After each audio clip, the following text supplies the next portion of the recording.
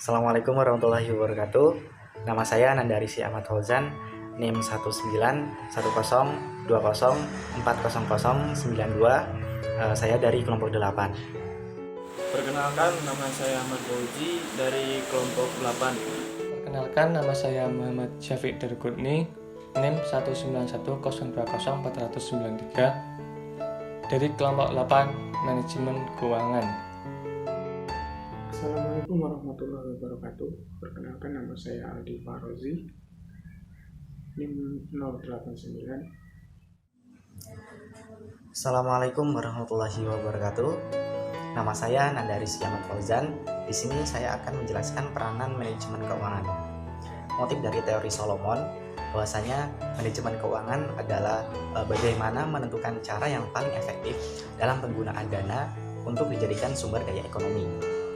Adapun peranan penting dari manajemen keuangan sendiri, yang pertama ada perencanaan keuangan, yang kedua ada menjaga atau melindungi dana, yang ketiga alokasi dana, yang keempat peluang investasi, yang kelima keputusan keuangan.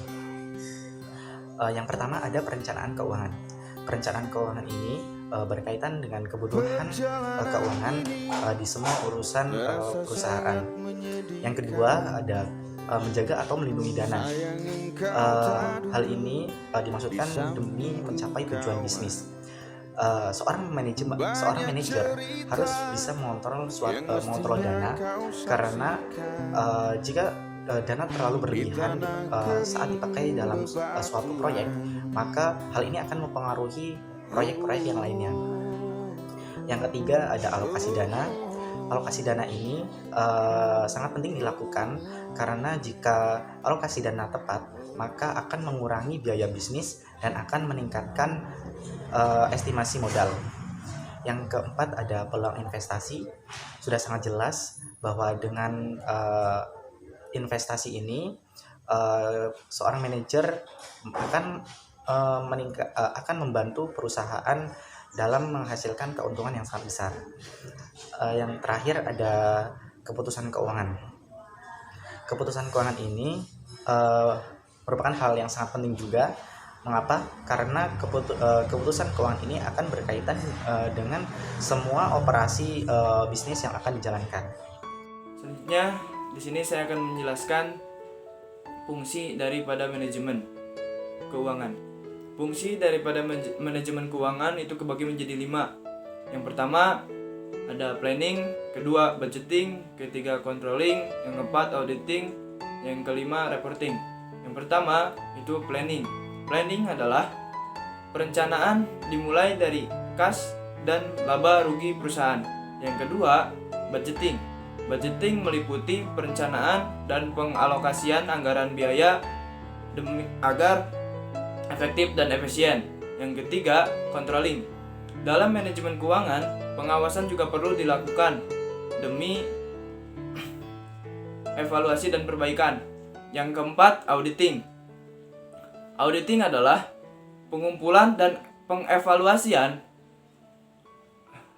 bukti dari informasi yang dapat diukur dengan suatu entitas ekonomi. Yang kelima adalah reporting. Reporting adalah laporan kondisi keuangan serta analisa rasionya. Setelah tadi dijelaskan mengenai fungsi manajemen keuangan, saya akan menjelaskan mengenai lingkup manajemen keuangan. Lingkup manajemen keuangan terdiri dari 3 keputusan.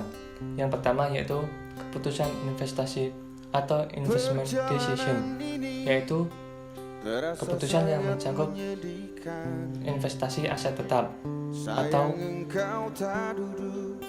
fixed assets yang biasanya disebut dengan capital budgeting, dan investasi aset lancar current assets yang biasanya disebut dengan working capital atau modal kerja. Saat menentukan keputusan untuk mendapatkan investasi atau pendanaan, manajemen keuangan diperlukan untuk mengevaluasi risiko, menghitung biaya modal yang diterima, dan memperkirakan keuntungan apa saja yang diterima atau yang diperoleh oleh perusahaan ketika investasi diterima.